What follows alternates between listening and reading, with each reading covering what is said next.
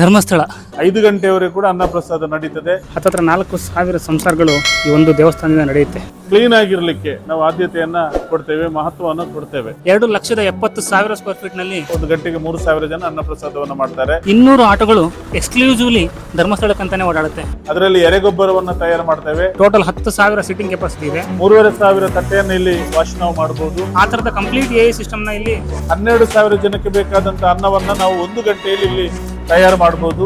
ಒಳ್ಳೆ ಕ್ವಾಲಿಟಿಯ ಸೋನಾ ಮಸೂರಿ ಅಕ್ಕಿ ಮತ್ತು ರಾ ರೈಸ್ ಅನ್ನು ಮಾತ್ರ ಇಲ್ಲಿ ಸಂಗ್ರಹ ಮಾಡಿರ್ತೇವೆ.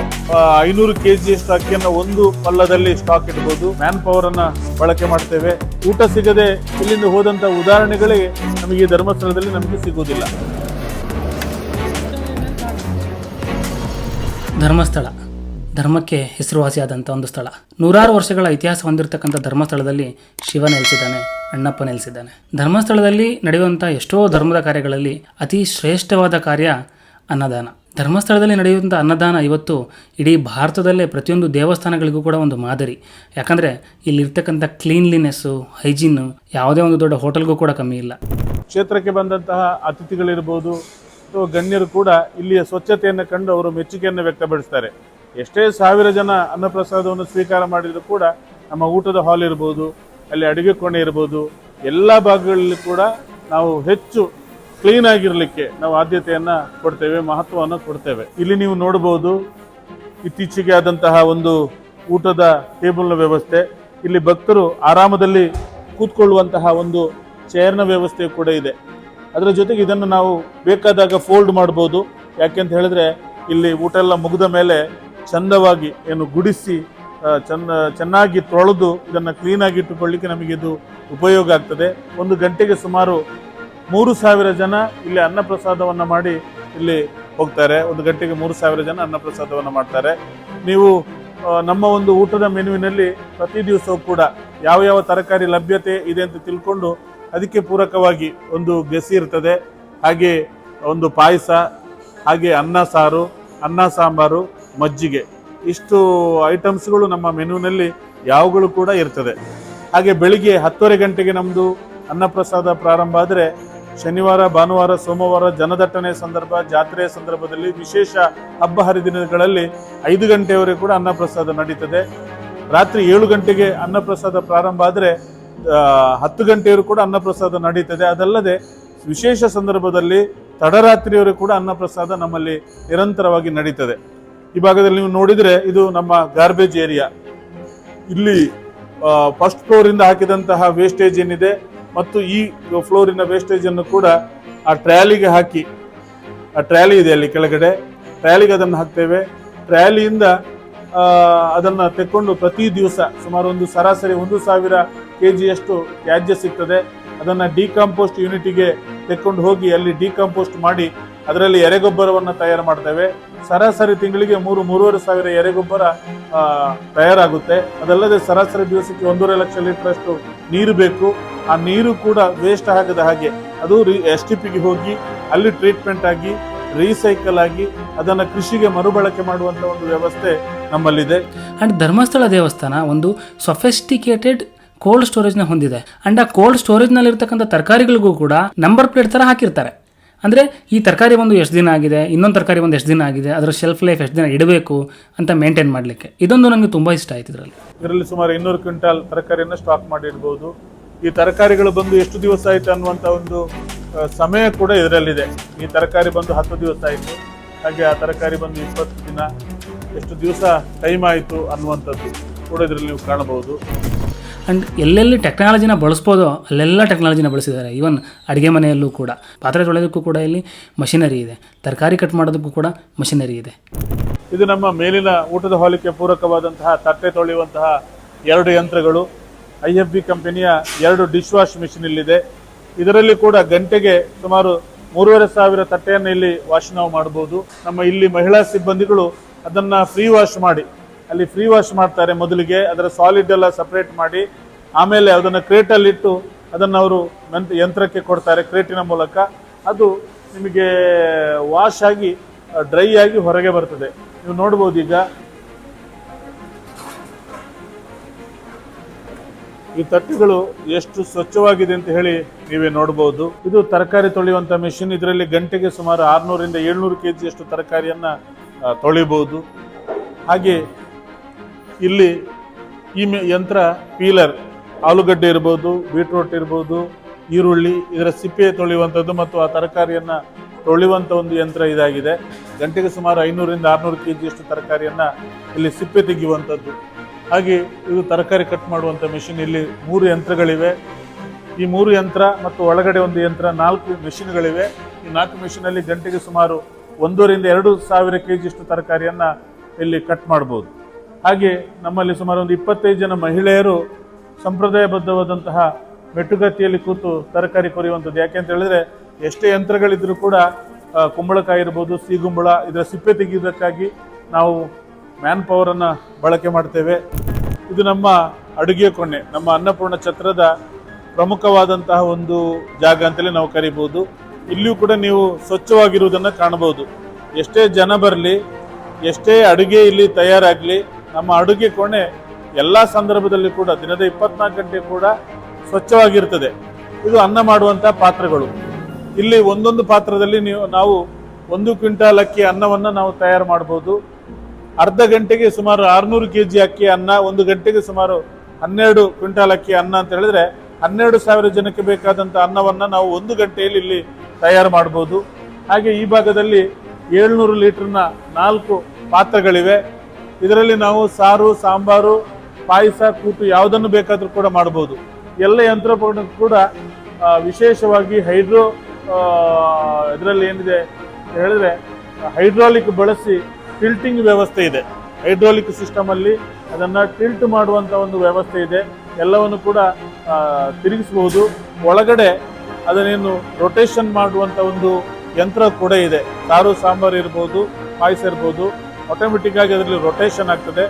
ಹಾಗೆ ಇಲ್ಲಿ 1000 ಲೀಟರ್ನ 4 ಪಾತ್ರೆಗಳಿವೆ.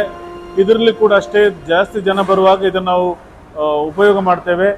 ಇದರಲ್ಲಿ ಕೂಡ ವಿಶೇಷವಾಗಿ ಹೈಡ್ರೋಲಿಕ್ ಯಂತ್ರದ ಮೂಲಕ ಟಿಲ್ಟ್ ಮಾಡುವಂಥ ಒಂದು ವ್ಯವಸ್ಥೆ ಇದೆ. ಟಿಲ್ಟ್ ಮಾಡುವಂಥದ್ದು ಇದೆಲ್ಲ 1000 ಲೀಟರ್ನ ಪಾತ್ರೆಗಳು. ಇದು ರೈಸ್ ವಾಶ್ ಮಾಡುವಂಥ ಯಂತ್ರ. ಇದು ನಮಗೆ ಬೇಕಾಗಿ ಇದನ್ನು ರೆಡಿ ಮಾಡಿ ಕೊಟ್ಟಿದ್ದಾರೆ. ಬೃಹತ್ ಆಗಿರುವಂಥ ಒಂದು ಯಂತ್ರ.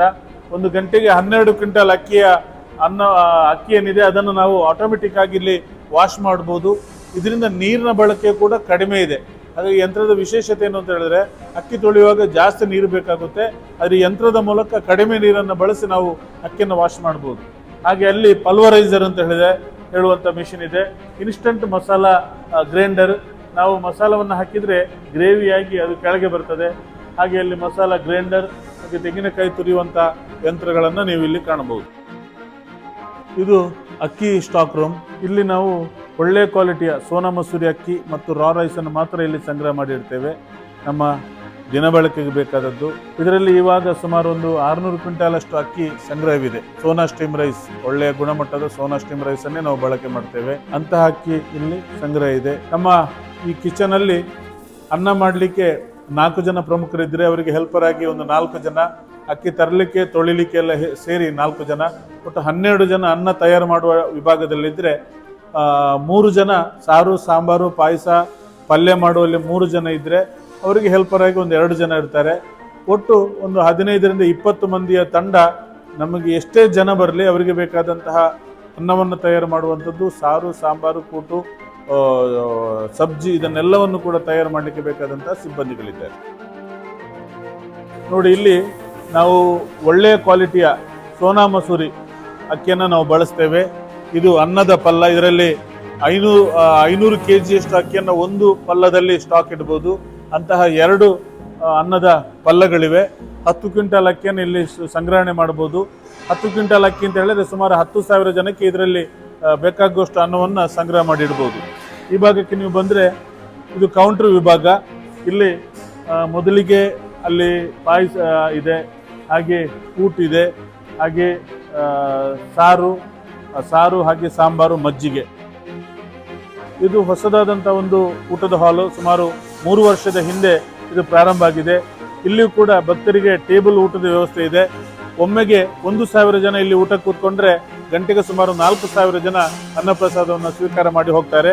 ಹಾಗೆ ಇಲ್ಲಿಯ ನಮಗೆ ಸುಮಾರು 200 ಜನ ಸಿಬ್ಬಂದಿಗಳು ಮೇಲೆ ಮತ್ತು ಕೆಳಗಿನ ಊಟದ ಹಾಲಲ್ಲಿ ಸರ್ವ್ ಮಾಡುವಂತಹ ವಿಭಾಗಕ್ಕಾಗಿ ಇಲ್ಲಿ ಇದ್ದಾರೆ. ಅದಲ್ಲದೆ ಇಲ್ಲಿಯ ಎಲ್ಲ ವ್ಯವಸ್ಥೆಗಳು ಕೂಡ ನೀವು ಕಾಣಬಹುದು. ಈಗ ಇಲ್ಲಿ ಅನ್ನಪ್ರಸಾದ ಮಾಡಿ ಎಷ್ಟೇ 1,000 ಜನ, ಲಕ್ಷ ಜನ ಬರಲಿ, ಅನ್ನಪ್ರಸಾದ ಮಾಡಿ ಹೋದ ಮೇಲೆ ಕೂಡ ಇಲ್ಲಿ ಅಷ್ಟು ಸ್ವಚ್ಛವಾಗಿರ್ತದೆ. ಯಾಕಂತ ಹೇಳಿದ್ರೆ ಇಲ್ಲಿ ಫ್ಲೋರ್ ವಾಶ್ ಮೆಷಿನ್ ಕೂಡ ಇದೆ. ನಮ್ಮ ಸಿಬ್ಬಂದಿಗಳು ಕೂಡ ಇಲ್ಲಿ ಉತ್ತಮವಾದಂಥ ರೀತಿಯಲ್ಲಿ ಕೆಲಸ ಮಾಡ್ತಾರೆ. ಸುಮಾರು 8 ಜನ ಮೇಲ್ವಿಚಾರಕರು, ಸುಮಾರು 252 ಜನ ಸಿಬ್ಬಂದಿಗಳು, ಇದರಲ್ಲಿ ಬಡಿಸುವವರು ಮತ್ತು ಕ್ಲೀನ್ ಮಾಡುವವರು, ತರಕಾರಿ ಹಚ್ಚುವವರು, ಅಡುಗೆ ಕೋಣೆಯವರು ಎಲ್ಲ ಸೇರಿ ಸುಮಾರು 260 ಜನ ಕೆಲಸಗಾರರು ಇಲ್ಲಿ ನಿರಂತರವಾಗಿ ಇಲ್ಲಿ ಕೆಲಸ ಮಾಡ್ತಾರೆ ಅಂತ ನಾನು ಈ ಸಂದರ್ಭದಲ್ಲಿ ಹೇಳ್ತಾ ಇದ್ದೇನೆ. ಇಲ್ಲಿ ಶ್ರೀ ಕ್ಷೇತ್ರ ಧರ್ಮಸ್ಥಳಕ್ಕೆ ಎಷ್ಟೇ ಲಕ್ಷಾಂತರ ಜನ ಬಂದರೂ ಕೂಡ ಇಲ್ಲಿ ಅನ್ನಪ್ರಸಾದವನ್ನು ಅವರು ಸ್ವೀಕಾರ ಮಾಡಿಕೊಂಡು ಹೋಗ್ತಾರೆ. ಯಾವುದೇ ಸಂದರ್ಭದಲ್ಲಿಯೂ ಕೂಡ ಅವರು ಹಸಿವಿಂದ ಏನು ಊಟ ಸಿಗದೆ ಇಲ್ಲಿಂದ ಹೋದಂಥ ಉದಾಹರಣೆಗಳೇ ನಮಗೆ ಈ ಧರ್ಮಸ್ಥಳದಲ್ಲಿ ನಮಗೆ ಸಿಗುವುದಿಲ್ಲ. ಅಂತ ಒಂದು ಒಳ್ಳೆಯ ವ್ಯವಸ್ಥೆ ಇಲ್ಲಿದೆ. ಅನ್ನದಾನಕ್ಕೆ ಅತ್ಯಂತ ಪ್ರಾಮುಖ್ಯತೆಯನ್ನು ನಾವು ಇಲ್ಲಿ ಕೊಡಲಾಗುತ್ತದೆ ಅಂತ ಈ ಸಂದರ್ಭದಲ್ಲಿ ನಾನು ಹೇಳ್ತಾ ಇದ್ದೇನೆ. ಕ್ಷೇತ್ರದ ಇನ್ನೊಂದು ವಿಶೇಷ ಅಂತ ಹೇಳಿದ್ರೆ ಇದು ಸರ್ವಧರ್ಮ ಸಮನ್ವಯತೆಯ ಕ್ಷೇತ್ರ. ಈ ಕ್ಷೇತ್ರಕ್ಕೆ ಎಲ್ಲರೂ ಬರ್ತಾರೆ. ಕ್ರೈಸ್ತ ಧರ್ಮದವರು ಬರ್ತಾರೆ, ಆಮೇಲೆ ಮುಸ್ಲಿಂ ಧರ್ಮದವರು ಕೂಡ ಬರ್ತಾರೆ. ಮುಸ್ಲಿಂ ಧರ್ಮ ಇರ್ಬೋದು, ಕ್ರೈಸ್ತ ಧರ್ಮ ಇರ್ಬೋದು, ಬೌದ್ಧ ಧರ್ಮ ಇರ್ಬೋದು, ಯಾರೆಲ್ಲ ಇದ್ದಾರ ಬೇರೆ ಬೇರೆ ಧರ್ಮದ ಜನಗಳು ಇಲ್ಲಿಗೆ ಬರ್ತಾರೆ, ಸ್ವಾಮಿಯ ದರ್ಶನ ಮಾಡ್ತಾರೆ, ಪೂಜ್ಯ ಹೆಗಡೆಯವರ ಹತ್ರ ಅವರ ಆಶೀರ್ವಾದವನ್ನು ಪಡ್ಕೊಳ್ತಾರೆ. ಹಾಗೆ ಇಲ್ಲಿಗೆ ಬಂದು ಅನ್ನಪ್ರಸಾದವನ್ನು ಸ್ವೀಕಾರ ಮಾಡಿ ಅತ್ಯಂತ ಸಂತೋಷದಿಂದ ಅವರು ಇಲ್ಲಿಂದ ನಿರ್ಗಮಿಸ್ತಾರೆ ಅಂತ ಒಂದು ವ್ಯವಸ್ಥೆ ಇದೆ.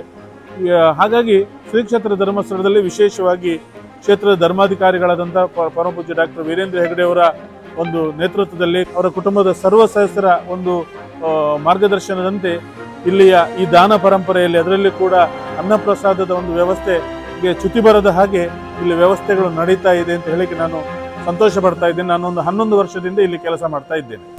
ಆ್ಯಂಡ್ ಹೊಸದಾಗಿ ಒಂದು ಸಾನ್ನಿಧ್ಯ ಕ್ಯೂ ಕಾಂಪ್ಲೆಕ್ಸ್ ಅಂತ ಮಾಡಿದ್ದಾರೆ. ಯಾಕೆಂದರೆ ಮುಂಚೆ ಎಲ್ಲ ನಾವು ಈ ಜಿಗ್ಜಾಗ್ ರೂಪದಲ್ಲಿ ಹಾವಿನ ಥರ ನಿಂತು ಹೋಗಬೇಕಾಗಿತ್ತು ಭಕ್ತಾದಿಗಳು ಜಾಸ್ತಿ ಇರ್ತಕ್ಕಂಥ ಸಮಯದಲ್ಲಿ. ಇವತ್ತು ಭಕ್ತಾದಿಗಳು ಜಾಸ್ತಿ ಇದ್ದಾಗ ಆರಾಮಾಗಿ ಒಂದು AC ರೂಮಲ್ಲಿ ಕೂತ್ಕೊಳ್ಳುವಂಥ ಒಂದು ವ್ಯವಸ್ಥೆ ಮಾಡಿದ್ದಾರೆ. AC ರೂಮಲ್ಲಿ ಕೂತ್ಕೊಂಡು part by part, batch by batch ದರ್ಶನಕ್ಕೆ ಬಿಡ್ತಾರೆ. ಮುಂಚೆ ಥರ ಇವಾಗ ಲೈನ್ಗಳಲ್ಲಿ ಜಿಗ್ಜಾಗ್ ಥರ ನಿಂತು ಸುಸ್ತಾಗುವಂಥ ಯಾವುದೇ ಅವಶ್ಯಕತೆ ಇಲ್ಲ. ನಾವಿವಾಗಿರೋದು ಸಾನ್ನಿಧ್ಯ ಕ್ಯೂ ಕಾಂಪ್ಲೆಕ್ಸಲ್ಲಿ 2,70,000 ಸ್ಕ್ವೇರ್ ಫೀಟ್ನಲ್ಲಿ 2 ಫ್ಲೋರಲ್ಲಿದೆ. ಒಂದೊಂದು ಫ್ಲೋರ್ 8,000 ಸ್ಕ್ವೇರ್ ಫೀಟ್ ಇದೆ. ಟೋಟಲ್ 10,000 ಸೀಟಿಂಗ್ ಕೆಪಾಸಿಟಿ ಇದೆ. ಒಂದೊಂದು ಹಾಲ್ನಲ್ಲಿ 500 ರಿಂದ 600 ಜನ ಕೂರ್ತಾರೆ. 27 ಡಿಗ್ರಿ ಟೆಂಪ್ರೇಚರ್ ಯಾವಾಗಲೂ ಮೇಂಟೈನ್ ಇರುತ್ತೆ ಇಲ್ಲಿ.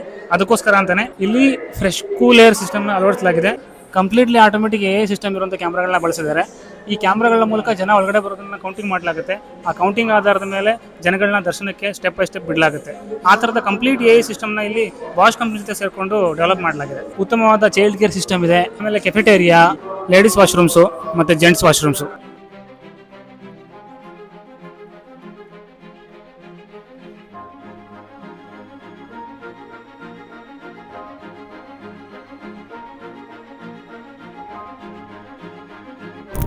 ಸುಮಾರು 4,000 ಸಣ್ಣ ಶಾಪ್ಗಳು ಇಲ್ಲಿದ್ದಾವೆ. ಹತ್ತತ್ರ 4,000 ಸಂಸಾರಗಳು ಈ ಒಂದು ದೇವಸ್ಥಾನದಿಂದ ನಡೆಯುತ್ತೆ. ಸುಮಾರು 200 ಆಟೋಗಳು ಎಕ್ಸ್ಕ್ಲೂಸಿವ್ಲಿ ಧರ್ಮಸ್ಥಳಕ್ಕಂತಲೇ ಓಡಾಡುತ್ತೆ. ಯಾಕೆ ಧರ್ಮಸ್ಥಳಕ್ಕೆ ಓಡಾಡುತ್ತೆ ಅಂದರೆ, ಎಕ್ಸ್ಕ್ಲೂಸಿವಿಟಿ ಯಾಕೆ ಅಂದರೆ ಆಚೆಯಿಂದ ಬಂದಂತಹ ಆಟೋದವರು ದೌರ್ಜನ್ಯ ಮಾಡ್ತಾರೆ ಅಂದ್ಬಿಟ್ಟು ಇಲ್ಲಿ ದೇವಸ್ಥಾನದ ಒಂದು ಸಮಿತಿ ಕಡೆಯಿಂದನೇ ಕೆಲವೊಂದು D ನಂಬರ್ಗಳನ್ನ ಕೊಟ್ಟಿರುವಂಥ ಆಟೋಗಳಲ್ಲಿ ಓಡಾಡುತ್ತೆ. ಇವತ್ತು ಧರ್ಮಸ್ಥಳ ಕ್ಲೀನ್ಲಿನೆಸ್ಸಲ್ಲಿ ಮತ್ತು ಹೈಜೀನಲ್ಲಿ ಇಡೀ ಭಾರತಕ್ಕೆ ಒಂದು ಮಾದರಿಯಾದ ದೇವಸ್ಥಾನ, ಮಾದರಿಯಾದ ಕ್ಷೇತ್ರ.